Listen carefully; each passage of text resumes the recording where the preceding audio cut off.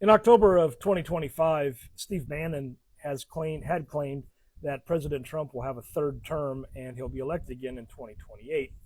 He suggested that there were avenues for that to happen. So, what is this? How is this a civics question? Well, we're going to talk about the 22nd Amendment, the 12th Amendment, and how this can all come about. And so, the civics question worth asking is, can a president be elected to a third term? Under the Constitution, as the way it stands right now, the answer is no. The 22nd Amendment says no person shall be elected to the office of the president more than twice. That language is pretty straightforward. It's pretty direct. And President Trump was elected in 2016, and he was elected again in 2024. And so a person who's already been elected president twice cannot be elected president a third time. This has nothing to do with consecutive terms or anything like that. It's about winning two presidential elections. That means that Trump cannot constitutionally be elected president again in 2028 unless the Constitution itself is amended or changed. The whole reason why the 22nd Amendment exists is because of Franklin Roosevelt. Because before FDR, presidents traditionally followed George Washington's presidential precedent, his example, and stepped down, did not run after two terms. But Roosevelt was elected four times, and this all started in the Great Depression and continued through World War II. And after FDR's presidency, and with Truman ascending to the presidency after Roosevelt's death during his fourth term, the country adopted the 22nd Amendment to place a constitutional limit on presidential elections, largely due to the fact that Republican-controlled Congress really disliked the idea of having a Democrat in office for so long. Now, this brings us to the avenues argument that Steve Bannon brings up, or had brought up back in October. Some people suggest that a two-term president could run as vice president and then become president if the elected president resigned. But that runs into the 12th Amendment.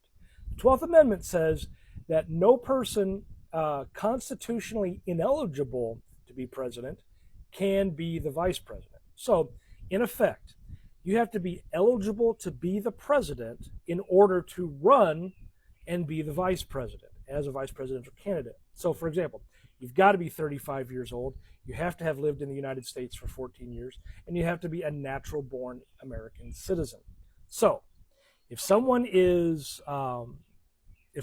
barred from being elected president, again, under the 22nd Amendment, the vice president workaround that they're talking about is at best, we could just say legally dubious, and it's just unconstitutional. And so there we go.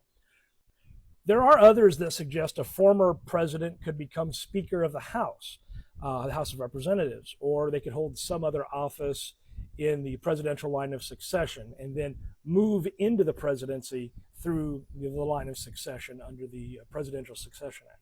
Now, succession is not some type of magic loophole because federal succession, the law still deals with eligibility to be the president.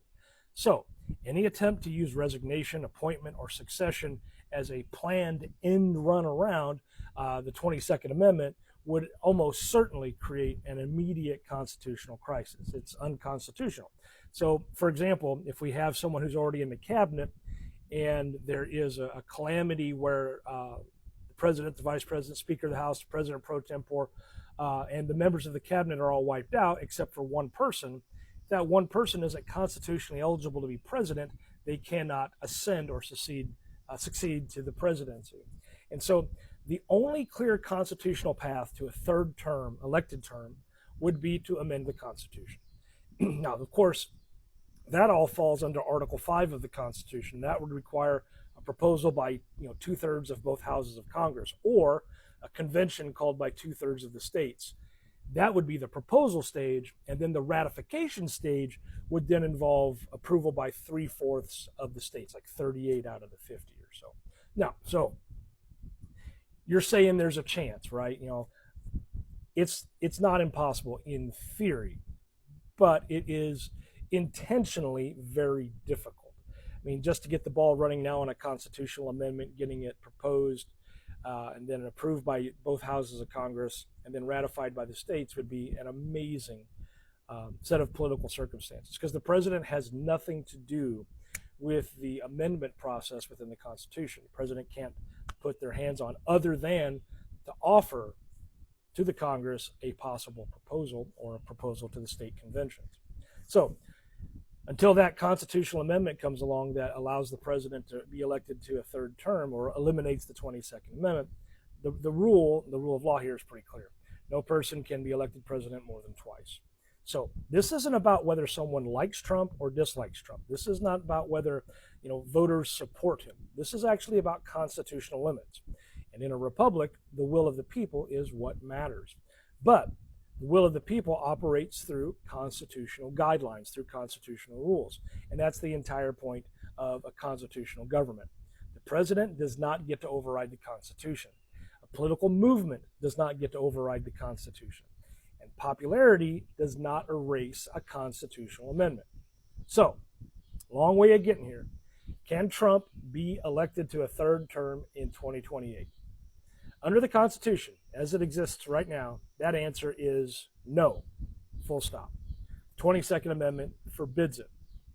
And I know this may be, not as timely as some of the other things I've talked about, but it is something that I've seen pop up more often. And I'll be able to talk about this with my government kids here when the school year starts in the fall. So anyway, yeah, this was a civics question that was also worth asking. So thanks for hanging around this long, and I'll catch you on the next one.